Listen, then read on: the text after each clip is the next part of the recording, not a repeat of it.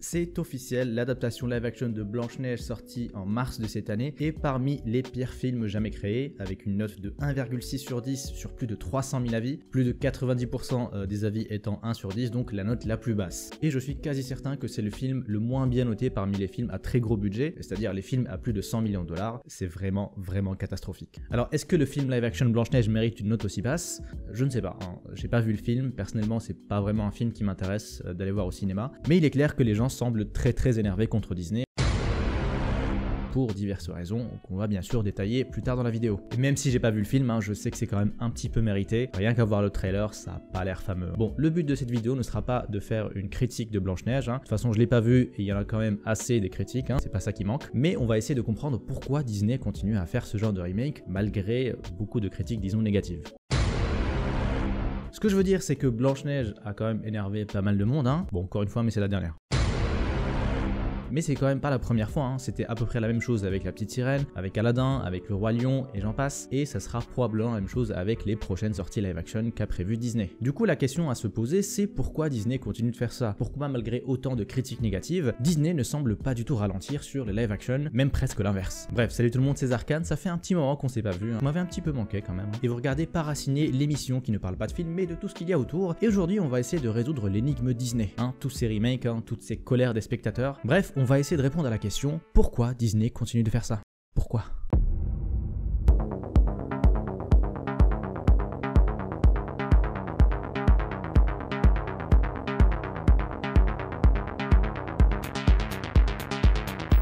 Alors, je sais que pour beaucoup d'entre vous, la réponse paraît évidente, mais vous avez tort. Hein, et je sais que pour beaucoup d'autres d'entre vous, la réponse paraît aussi évidente et vous avez probablement raison. Mais commençons par le premier groupe, hein, les gens qui ont tort, hein. Enfin, à mon avis. Enfin, je pense. Et donc commençons par l'argument que ressortent beaucoup de gens maintenant, presque par réflexe à ce stade, l'argument que Disney serait woke.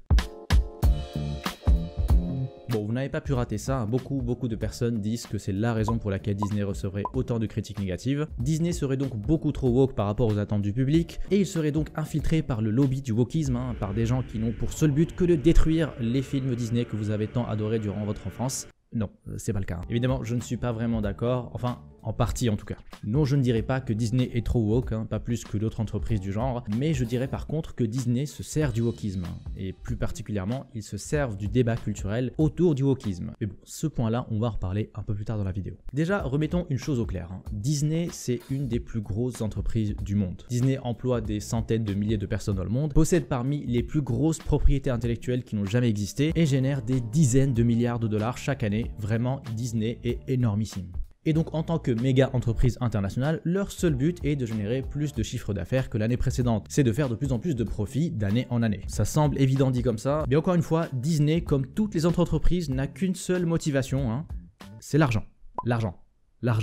Disney n'a bien sûr pas d'agenda politique précis. Tout ce qui motive les décisions de Disney, c'est les revenus, c'est l'argent. Voilà, je tenais à commencer par cet argument de dire que Disney serait trop woke, qui est au mieux un peu trop simpliste et au pire complètement faux.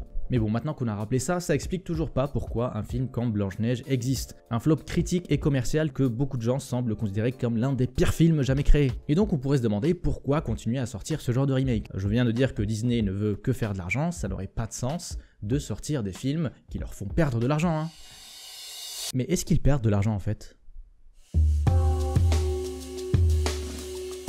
Alors déjà, un autre détail tout aussi important, c'est que Disney, c'est pas que des films. Le groupe Disney génère des revenus à travers les films qu'ils produisent et que les gens vont voir au cinéma, certes, mais il n'y a pas que ça bien sûr. Disney c'est aussi des parcs d'attractions et les hôtels qui vont avec, c'est des plateformes de streaming, c'est tous les produits dérivés, les jouets, les fringues en tout genre, c'est des jeux vidéo avec une histoire incompréhensible, c'est des chaînes TV, etc. etc. Bref, Disney est un mastodonte dont les films ne sont que la partie émergée de l'iceberg. Une partie certes très importante, mais néanmoins une partie. Mais bon, pour rester simple dans cette vidéo, on va se concentrer sur cette partie-là, donc les films, et plus particulièrement les live-action que Disney semble adorer depuis une dizaine d'années environ. Et là, la réponse à la question devient déjà beaucoup plus évidente, hein. Disney continue de sortir la live-action parce que ça leur rapporte énormément d'argent.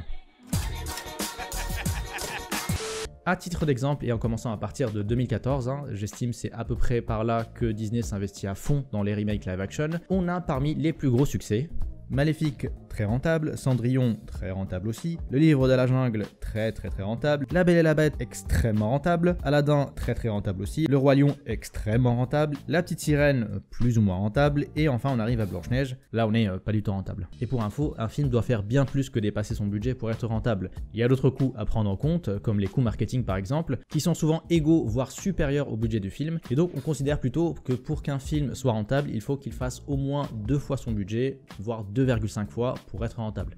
Mais bon, pour la grande majorité des films qu'on vient de lister, on est très rentable. Voilà, les chiffres ne mentent pas et nous montrent à quel point les live-action Disney ont été une énorme réussite et ont rapporté beaucoup d'argent à l'entreprise. Et c'est clairement la raison qui pousse Disney à continuer à faire ces live-action. Certes, il y a quelques ratés, c'est pas une science exacte, mais globalement, c'est vraiment un succès. Par contre, tout ça, ça répond pas à toute la question. Alors oui, on vient de dire au début que les films ne sont pas tout le business model de Disney. On a les parcs d'attractions, les produits dérivés, etc.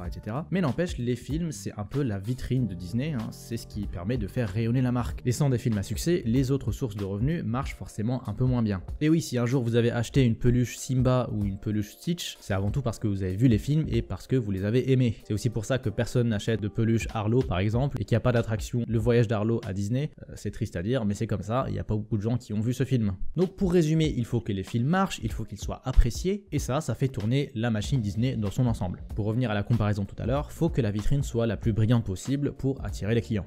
Et c'est donc d'autant plus bizarre que Disney, pour certains de ses films, notamment ses derniers remakes live-action, semble faire tout à fait l'inverse. Il continue de faire des choix de casting et des changements de scénario que beaucoup de gens semblent ne pas aimer, voire détester.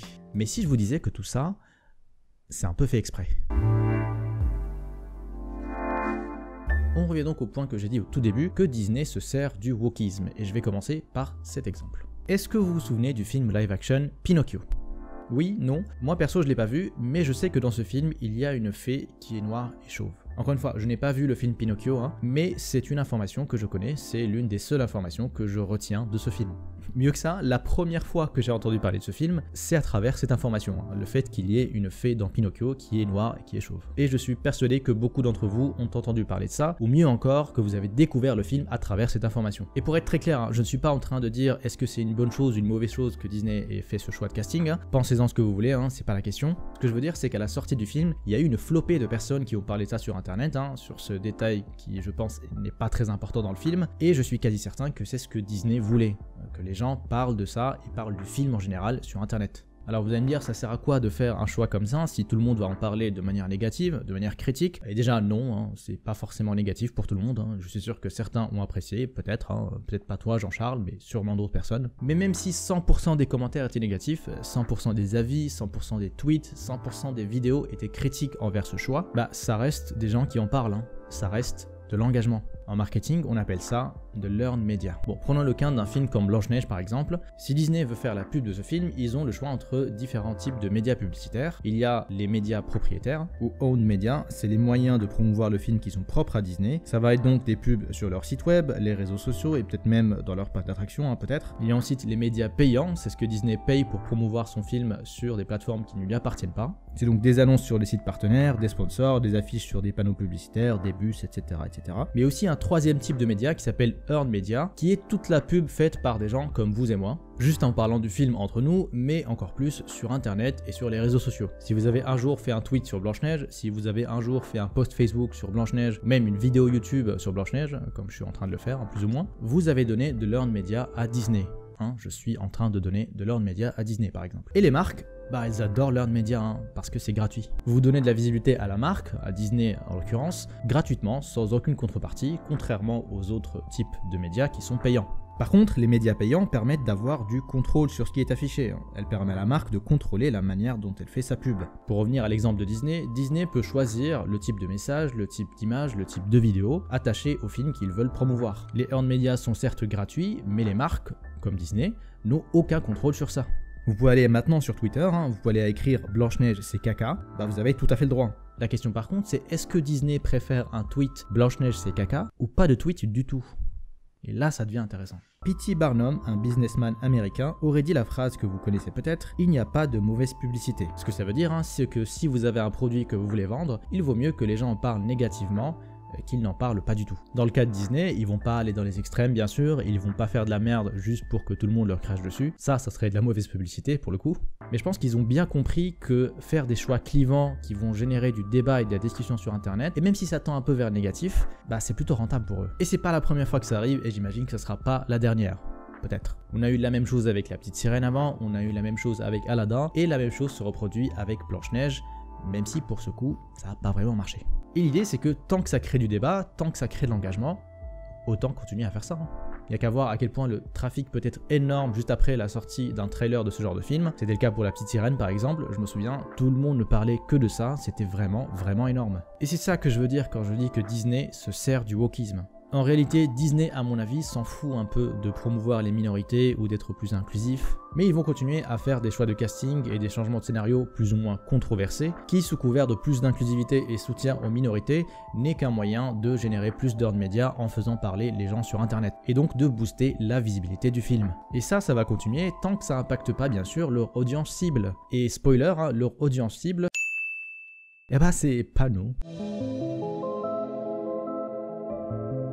C'est pas un secret de dire que les remakes live-action Disney ne sont pas toujours très populaires, une bonne partie sont même très critiqués sur internet. Mais est-ce que vous saviez que internet, c'est pas la vraie vie? Et oui, toi mon ami, toi sur ta chaise DX Racer, au-delà de ta chambre, au-delà de ton appart, se cache un monde gigantesque, plein d'aventures, de personnes insolites, de quêtes incroyables. Va toucher de l'herbe en solo, en duo et par contre. Ce que veut dire ce Zarkhan très condescendant et que je ne cautionne pas du tout, bien sûr, c'est qu'il y a une vraie division entre ce que les gens disent sur internet et la réalité véritable. Exemple, allez demander à votre collègue lambda, au hasard Christophe du service juridique, demandez-lui ce qu'il pense du casting de Rachel Zegler dans le rôle de Blanche dans le live-action remake de Blanche-Neige Disney, et il vous répondra sûrement « Ah bon, il y a un Blanche-Neige en live-action ?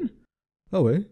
Ah c'est marrant ça ». Les discussions entre vous et autres personnes qui se considèrent de près ou de loin comme cinéphiles, Disney s'en fout un petit peu, on n'est pas vraiment la cible en fait. La cible c'est Christophe, et plus particulièrement la famille de Christophe, qui maintenant que vous lui en avez parlé, va peut-être emmener maintenant sa femme et sa fille aller voir Blanche-Neige au cinéma. La cible c'est aussi Géraldine de la Conta, qui adorait Blanche-Neige étant petite et qui serait ravie d'aller revoir ce film en version live-action sur le grand écran. Les live-action Disney ont toujours marché en ciblant ces deux publics en particulier, à savoir les familles avec des enfants en bas âge et les millennials en quête de nostalgie qui ont grandi avec Disney. Les cinéphiles en général ne sont pas vraiment la cible principale, même si de manière plutôt ironique, ce sont eux qui vont le plus parler de ce genre de film sur internet. Alors est-ce qu'ils en parlent en bien ou en mal? Ça on s'en fout un peu finalement, tant qu'ils en parlent bien sûr. Malinx! Mais alors si tout ça avait plutôt bien marché auparavant pour Disney, pour Blanche-Neige ça a pas du tout marché. Même si Blanche-Neige est un des Disney les plus connus, l'adaptation live-action n'a clairement pas eu le succès attendu. Mais en réalité, il faut savoir que le projet était presque voué à l'échec avant même sa sortie. Bon, il est clair que les commentaires de Rachel Zegler sur le film de 1937 ont dû en énerver plus d'un, ça c'est sûr. There's a big focus on her love story. With a guy who literally stalks her. Yeah. Weird. Le casting de Gal Gadot était peut-être assez risqué aussi. Ça a fait que le film a été boycotté dans certains pays, sans parler du fait que c'est une très mauvaise actrice. And enough champagne to fill the Nile. Mais à part ça, la production du film aurait apparemment été un cauchemar. Faut savoir que le film était initialement prévu pour mars 2024 et dû aux grèves des acteurs et scénaristes, le projet a pris énormément de retard, les coûts ont gonflé comme pas possible et ça a impacté globalement la qualité du film avec plusieurs réécritures du script, plusieurs reshoots, des choix visuels plus ou moins rushés, j'espère que c'est rushé, mon dieu que c'est moche. Et donc ce résultat là au final, que le film peine à atteindre les 200 millions de dollars au box-office international, même aujourd'hui, c'est pas tant une surprise que ça au final. Alors oui, cette vidéo est déjà beaucoup trop longue et on va répondre bien sûr à la question de cette vidéo. Est-ce que Disney va enfin arrêter de faire ces remakes live-action qui semblent énerver tout le monde? Absolument pas, non. Bon, déjà on va avoir Lilo et Stitch live action qui va arriver dans pas très longtemps et ça je pense que ça va bien cartonner. L'année prochaine on aura potentiellement Vaiana qui arrivera aussi, et ça aussi je pense que ça va cartonner. Et donc pour le moment je pense que Disney va continuer dans sa lancée. Par contre il y aurait un projet pour un remake de Réponse qui serait apparemment en pause du fait des performances pitoyables du live action Blanche-Neige. Et donc pour ce projet là Disney serait en attente de voir si les live action c'est vraiment une mauvaise idée et qu'il faut arrêter ou si Blanche-Neige était simplement une exception. À mon avis, ils vont continuer le projet. Il y aurait aussi un projet pour Hercule, plus ou moins confirmé à ce stade, et de potentiels projets pour Robin des Bois, les Aristochats ou encore Bambi, quoique ça reste un peu flou pour ces 3 derniers. Bon, on fait quoi nous du coup? On continue de critiquer sur internet? On ignore complètement? Bah ça, c'est à vous de juger en fait. Dites-vous par contre qu'à l'ère de l'économie de l'attention, vos discussions, vos tweets, les vidéos que vous regardez, ça vaut très cher. Donc choisissez bien ce sur quoi vous voulez accorder votre attention. Ne faites pas du hate-watching par pitié. Et si vous avez envie de voir tous les prochains remakes live-action de Disney, bah allez-y, personne ne vous en empêche. Si ça vous intéresse, allez-y bien sûr. En tout cas, moi personnellement, j'irai très certainement voir le remake de Robin des Bois. C'est un peu mon Disney préféré. Voilà pour cette vidéo, j'avais envie de parler de tout ce sujet autour de Blanche-Neige et de toute la discussion autour des remakes live-action de Disney qui semble énerver pas mal de personnes. Je suis pas fan en général de ce genre de film, hein. Je trouve que ça a peu d'intérêt pour moi en tout cas, mais je trouve que ça génère en tout cas des discussions assez intéressantes. Dites-moi en commentaire d'ailleurs ce que vous avez pensé de Blanche-Neige si vous l'avez vu et ce que vous pensez globalement des live-action remakes de Disney. Entre temps et comme d'habitude, un petit like, un petit partage, hein, ça fait plaisir, et abonnez-vous bien sûr pour ne rien manquer. Sur ce, je vous laisse et je vous dis à bientôt pour de nouvelles vidéos.